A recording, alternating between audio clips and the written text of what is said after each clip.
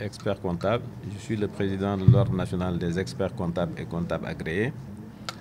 Le comité d'initiative de cette association m'a fait l'honneur de présider cette Assemblée générale constitutive et aussi le comité a souhaité que je sois leur président d'honneur, ce que j'accepte avec beaucoup de plaisir. Surtout que ce sont des questions fondamentales qui intéressent notre profession. Le développement de la profession comptable au Sénégal et dans le monde, et comme le disait tout à l'heure le représentant de la DGID, nous sommes garants de l'information financière fiable. Nous devons être à côté des entreprises, les accompagner pour faire la bonne tenue de comptabilité, une comptabilité fiable, pour permettre à l'administration fiscale d'asseoir ses impôts et qu'il y ait quand même une équité fiscale pour tous les acteurs. Et tout à l'heure, je pense qu'il parlait du secteur informel par rapport à ce que ce secteur représente. Et vous savez, effectivement, ça permettra aussi de participer à la réflexion sur certaines questions fiscales. Aujourd'hui, la contribution globale unique qui est accordée à certaines entités, nous professionnels, nous savons qu'il y a des entités qui font des milliards de chiffres d'affaires, mais qui sont dans la contribution globale unique. Donc, je pense que c'est heureux que l'administration fiscale soit dans des dispositions pour nous permettre de participer à ces réflexions, d'arriver à des réformes qui seront dans l'intérêt de notre pays. Parce que sans fiscalité, on ne peut pas parler d'investissement dans l'éducation, dans la santé, dans les infrastructures. Et c'est l'entreprise qui crée ces richesses qui les partage. Bon, du côté aussi des fiscalistes, savoir que les entreprises, on doit les accompagner pour les aider à aller au développement, ne pas les surcharger et les aider à se formaliser. Donc je pense que c'est une bonne occasion de participer aussi avec vous et cette association qui pourra donner ses contributions sur le cadre normatif et dans le domaine comptable, dans le domaine fiscal, dans le domaine de l'audit, dans le domaine de la bonne gouvernance.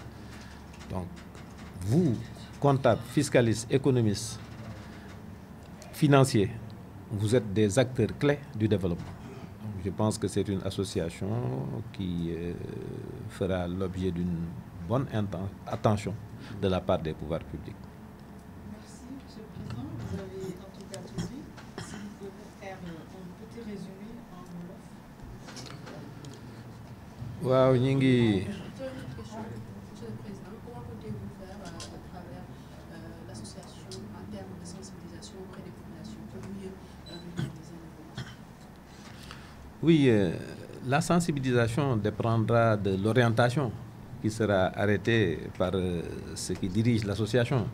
Le président, il est un président d'honneur. Donc, mais l'orientation stratégique sera définie par les cadres, les organes qui seront arrêtés par cette Assemblée générale. Mais nous serons là et porter la voix, effectivement, partout où nous serons présents. Nous pourrons porter cette voix et expliquer que cette association a son intérêt. Et je pense que cette association devrait aussi s'organiser pour faire des tournées de sensibilisation au niveau national, aller au niveau des centres fiscaux, rencontrer la Direction générale des impôts et domaines, que cette association soit bien connue, parce que nous avons des préoccupations par rapport à l'exercice illégal de la profession d'expert comptable. Et tant que cette profession n'est pas organisée à un certain niveau, nous assisterons toujours à l'exercice illégal. Vous savez, quand on parle de secteur de l'informel au niveau des entreprises, chez nous aussi, plus de 80% de la tenue de comptabilité est gérée par des informels. Et vous savez, la comptabilité, c'est à part de la comptabilité des entreprises qu'on arrête la comptabilité nationale, qui nous permet de définir des politiques publiques. C'est comme par exemple, je donne un exemple, un père de famille doit connaître ce qu'il a comme revenu pour pouvoir gérer sa famille. Mais si les informations qu'on lui donne au niveau de la maison, bon, il donne par exemple 100 000 francs, Madame, au lieu de s'occuper de l'éducation des enfants, de la santé, etc., elle a mis 100 000 francs dans un baptême ou autre, etc. Mais on lui présente des chiffres qui sont erronés. Mais ça sera difficile, c'est que l'éducation des enfants risque d'échouer, la santé des enfants, etc. Donc, la comptabilité est à la base pour permettre à l'État de pouvoir asseoir une bonne politique publique. Bon, c'est pourquoi, ensemble, nous pourrons lutter contre cet exercice illégal. Mais pour pouvoir lutter contre cet exercice illégal aussi, ça n'engage que moi. Bon, je pense qu'il faut organiser la profession comptable. Il faut organiser la profession comptable. Actuellement, avec la Banque mondiale, nous avons un programme qu'on appelle le programme FASE pour faciliter l'employabilité des jeunes diplômés. Ils sortent des écoles, mais ils sont toujours dans la théorie. Mais au niveau des cabinets, on les forme dans la pratique comptable, on les donne, on les inculque qu'est-ce que c'est que l'éthique, la responsabilité.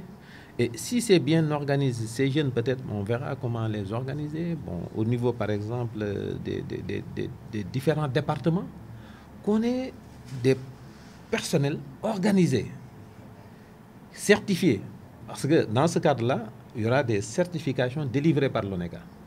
Est-ce que même ceux qui font tenir leur comptabilité, est-ce que ces comptabilités sont tenues par des personnes qui sont certifiées ONECA? Bon, au Nigeria, à Abuja, on était là-bas au mois d'octobre, mais ils sont presque 100 000 comptables. Bon, nous, ici, au niveau de l'ordre, nous ne faisons pas 300. Comptables, agréés et experts comptables. Et ceux qui font l'illégalité, peut-être ils sont 100 000, hein, je ne sais pas. Donc, c'est pourquoi il est bon qu'on se tienne un langage de vérité. Bon, parfois on peut trouver, on le disait la dernière fois dans le cadre de la CENTIF, même au niveau par exemple de l'administration fiscale, on peut trouver des agents de l'administration fiscale qui font de la tenue de comptabilité pour leurs contribuables, qui préparent les états financiers pour eux. C'est pourquoi nous devons échanger entre nous, nous dire, voilà, l'objectif c'est quoi? C'est que la comptabilité est au cœur du système d'information qui permet à l'État d'asseoir ses impôts. Elle doit être fiable. Elle doit être tenue par des personnes qui ont de l'éthique, qui ont le sens de responsabilité, qui sont conscients du fait que s'ils couvrent, par exemple, ceux qui font la fraude fiscale, etc., mais ils contribuent à effacer les fondamentaux du pays. On ne peut pas être là pour dire on n'a pas d'hôpitaux, on n'a pas d'assainissement, on n'a pas de route, on n'a pas d'école. Parce que la grande majorité ne paye pas des impôts. Les statistiques récentes ont montré que le département de Mbacké est le département le plus peuplé. Il n'y a pas de centre fiscal dans le département de Mbacké. Il y a des problèmes, c'est que il faudrait qu'on accepte d'être ensemble, les fiscalistes, les comptables, les juristes, ceux qui sont dans le privé, ceux qui sont dans le public, et qu'ensemble, qu'on puisse partager les formations. Au niveau de l'ONECA, il y a des formations. Ces formations sont ouvertes. Bon, au niveau international, que ce soit l'IFAC, PAFA, etc., il y a des rencontres importantes. Bon, par exemple, en février prochain, il y a une rencontre très importante sur la gestion de la comptabilité publique qui se tiendra à Alger. Mais parfois, ça se limite à l'ONECA, on n'informe pas la DGD ni les autres. C'est que maintenant, on se dit on doit informer tous ces acteurs et les inviter à participer. Ça nécessite aussi quand même des moyens. Il faut des moyens et je pense que votre association va réfléchir sur ces questions, va aider pour qu'on arrive à lutter contre l'exercice illégal et que l'ONECA aussi soit ouvert et accepte de discuter pour voir dans quelle mesure, avec l'administration fiscale, on pourrait arriver à vraiment organiser notre profession. Moi, c'est Abdoulaye Ning, je suis inspecteur principal des impôts et des domaines. Je suis le chef du bureau de la stratégie et de la modernisation à la direction générale des impôts et des domaines, membre honoraire de l'APCAF. Je suis également enseignant-chercheur associé des universités. Alors, ce qui nous a réunis ce matin, comme l'a rappelé tantôt le président d'honneur de l'APCAF, le président de l'ONECA, le doyen Mordien, cette association a essentiellement pour but de permettre la collaboration entre les acteurs fiscalistes et économistes dans l'optique d'aider ceux qui s'activent dans le tissu économique sénégalais, de bien tenir leur comptabilité, de bien tenir leur business plan, mais également de bien procéder à leur déclaration fiscale.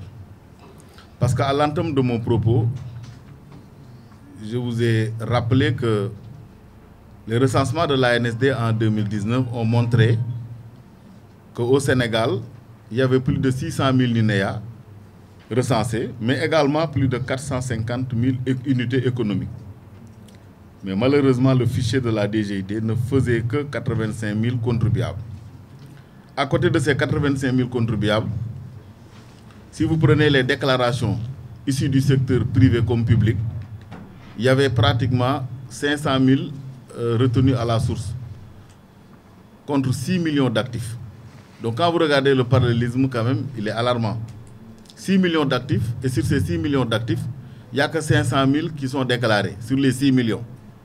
Alors sur les 600 000 NINEA, c'est-à-dire équivalent également à 450 000 unités économiques, il n'y a que 85 000 contribuables. Donc il fallait impérativement résorber ce gap par une stratégie efficace. C'est dans ce sens que la DGID a mis sur pied ce qu'on appelle le programme YATAL.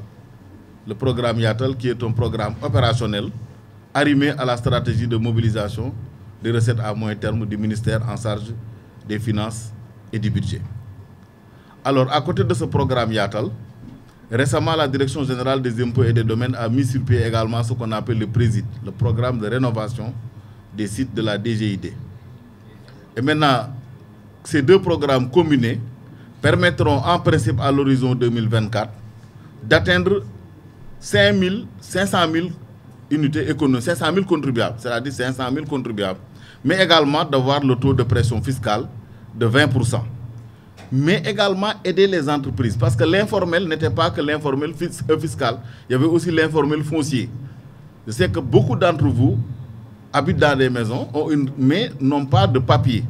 Donc il y avait l'informel foncier également. Or, cet informel foncier également constituait un handicap sérieux pour les entreprises. Vous prenez l'exemple d'une entreprise qui a des difficultés pour accéder au crédit bancaire, ne pouvait pas lever des crédits bancaires. Or, si on l'aide avec un dispositif normatif attractif, mais si on l'aide également à pouvoir régulariser ses terres, va utiliser ce titre de propriété comme effet levier afin de lever des crédits bancaires et de pouvoir développer son activité. Donc le plan YATAL, effectivement, avait ces deux volets-là, le volet fiscal et le volet foncier. Donc il fallait impérativement rendre beaucoup plus performant le dispositif fiscal du point de vue opérationnel, mais également le bloc foncier. Et tout ceci devrait passer par une digitalisation intégrale. Et ceux qui viennent à la DGID, je parle sous le contrôle du président d'honneur. Aujourd'hui, beaucoup de nos déclarations se font en ligne, ainsi que le recouvrement de nos impôts. Donc tout ceci pour vous dire que l'État du Sénégal essaie tant bien que mal de faire des efforts, parce que la mobilisation des recettes également, c'est la seule chose qui compte, parce que même l'emprunt, en réalité, n'est rien d'autre qu'une mobilisation différée de ressources. Donc voilà, grosso modo, ce que je voulais dire en français, en résumé, pour montrer l'importance de cette association qui vient d'être mise sur pied, et pour vous montrer également les enjeux que représente sa mise en œuvre, et également les défis qui l'attendent, ainsi que les défis à relever par les membres de cette association-là. Donc, mesdames et messieurs, voilà ce que je voulais dire en résumé. Voilà, mise sur pied d'un cadre de concertation entre professionnels comptables, administratifs, financiers et fiscalistes, des entités publiques, parapubliques, secteur public, fondations et ONG. Le droit sénégalais est un droit issu en partie de l'héritage colonial. Il est ainsi fortement inspiré par le droit français. Cependant,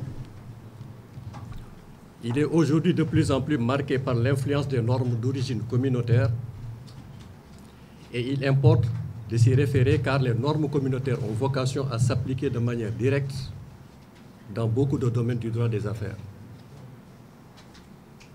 Parmi ces institutions communautaires, le Sénégal est membre de l'Organisation pour l'harmonisation du droit des affaires, OHADA, qui a adopté une série de mesures constituant la base du droit économique au niveau des États signataires du traité. L'OHADA a adopté un acte uniforme relatif au droit comptable et à l'information financière, SIS-OHADA, et un autre relatif au système comptable des entités à but non lucratif, le SIS-EBNL.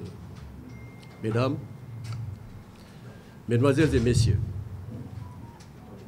c'est donc avec un réel plaisir que nous vous recevons aujourd'hui pour la mise sur pied d'un cadre de concertation entre professionnels comptables, administratifs, financiers et fiscaux qui exercent dans les entités publiques, parapubliques, privées, fondations et ONG. Les spécificités des différentes entités dans notre pays, le Sénégal, suffisent pour justifier la mise sur pied d'un cadre d'échange entre professionnels venant d'entités spécifiques et soucieux d'adapter les pratiques comptables à leur réalité afin d'harmoniser les bonnes pratiques dans ces entités similaires. L'idée de mettre sur pied ce cadre de réflexion est partagée par beaucoup d'acteurs qui ont eu à participer sur plusieurs séminaires sur ces comptabilités spécifiques. En effet, chaque séminaire a été une expérience nouvelle, avec parfois des cas concernant des entités qui se ressemblent sur le plan juridique et sur le plan de la mobilisation des ressources, mais qui sont différentes sur le plan de la pratique comptable. Le cadre de concertation que nous mettons sur pied aura donc pour mission, entre autres,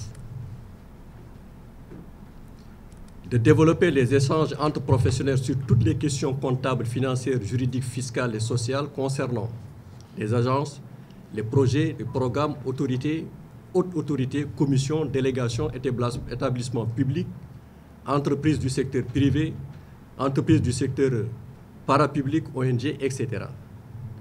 De faire la promotion des bonnes pratiques comptables et fiscales, de faire aussi le plaidoyer auprès de l'État du Sénégal. Nous sommes convaincus de la volonté de tous de mettre sur pied une organisation durable, efficace et capable de mobiliser des ressources humaines de qualité dont les fruits de la production intellectuelle permettront d'enrichir les professionnels que nous sommes par les meilleures pratiques à adopter dans nos contextes spécifiques. Avec la grande générosité de M. Mordien, expert comptable, président de l'Ordre national des experts comptables et comptables agréés du Sénégal, ONECA, et président d'honneur de l'Association des professionnels comptables, administratifs, financiers et fiscaux, APCAF, à vouloir toujours partager son expérience avec professionnels. L'APCAF s'engage à accompagner tous les acteurs de la vie économique dans les missions louables qui permettront d'avoir le même langage comptable, financier et fiscal dans toutes les entités spécifiques. Nous souhaitons à tous et à toutes pleine réussite et beaucoup de succès. Je vous remercie.